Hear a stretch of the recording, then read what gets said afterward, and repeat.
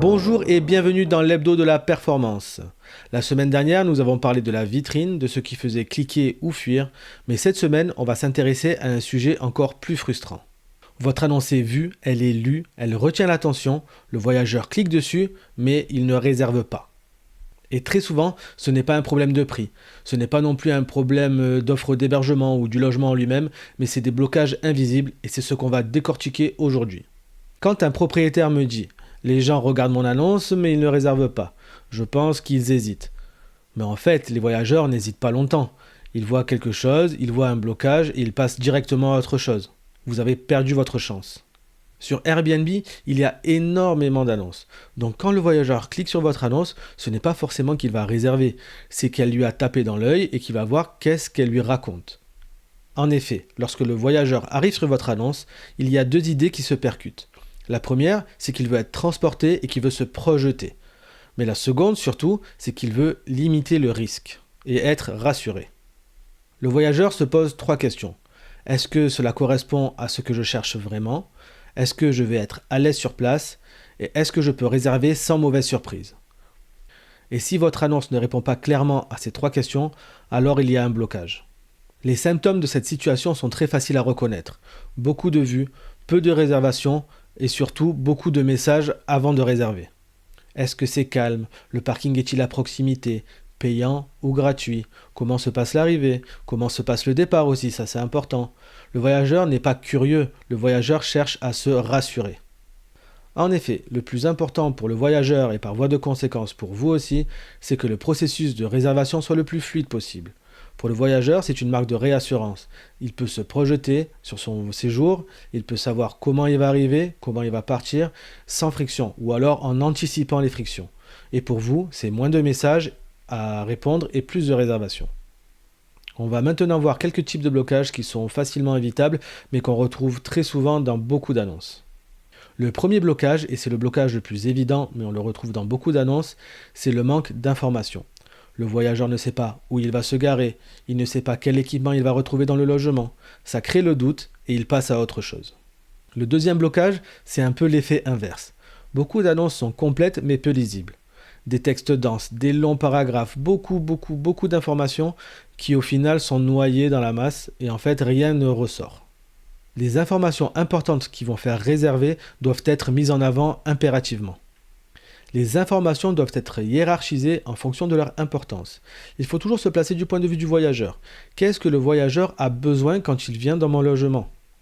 Si le voyageur doit trier les informations pour savoir qu'est-ce qui est important, qu'est-ce qui ne l'est pas, et aller chercher celle qui lui correspond à la fin de la description, alors ça fait un blocage et il passe à une autre annonce.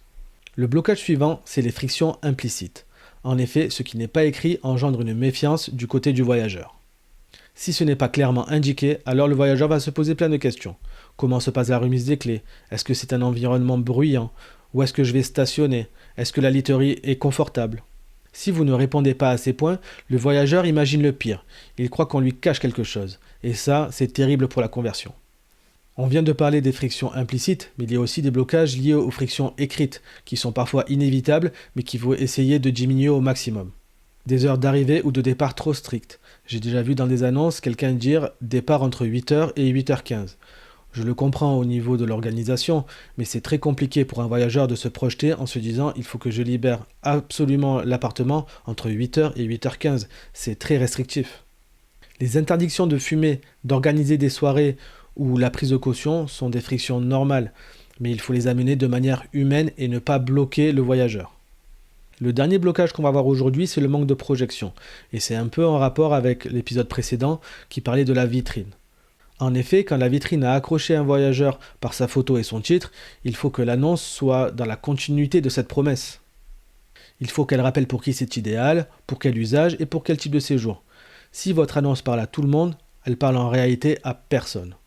Vous pouvez faire le test chez vous avec votre propre annonce, même si parfois l'autocritique n'est pas évidente.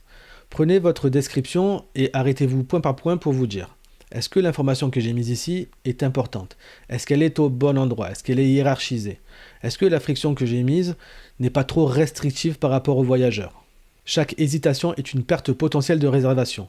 Mais si vous vous placez du côté du voyageur, vous pouvez les éviter pratiquement toutes en vous posant les bonnes questions. Vous pouvez par exemple rajouter un bloc clair et lisible, qu'on peut appeler le bloc de réassurance, où vous allez indiquer parking facile, entrée autonome, literie confortable, tout ce qui peut rassurer le voyageur et effacer ses doutes. C'est quand le doute disparaît que la réservation se fait. Et c'est exactement ce qu'on fait chez Un Air d'Évasion quand on travaille sur une annonce. Une fois la cible bien identifiée, on enlève le maximum de doutes, on supprime les frictions ou alors on les diminue au maximum et on rend la décision facile. Une annonce performante, ce n'est pas une annonce parfaite. C'est une annonce qui enlève les objections et qui permet aux voyageurs de se projeter. Dans le prochain épisode, on parlera du prix, car c'est une question qui revient souvent. Est-ce que je suis trop cher? Pas assez cher? Est-ce que je suis cohérent avec mon marché? Très souvent, ce n'est pas une question de prix trop haut ou trop bas, c'est juste une question de prix mal justifié. Si vous vous posez des questions sur votre annonce, par exemple s'il y a des blocages, s'il y a des frictions, est-ce qu'elles sont trop restrictives, est-ce que j'ai la bonne structure d'annonce, alors vous pouvez cliquer sur le lien dans la description, ça vous amènera vers un formulaire où vous pourrez nous envoyer le lien de votre annonce et nous vous ferons un retour sous 48 heures. Voilà, c'est terminé pour cet épisode consacré aux blocages et aux frictions qui peuvent freiner votre taux de réservation. On se retrouve très rapidement pour un autre épisode de l'Hebdo de la Performance.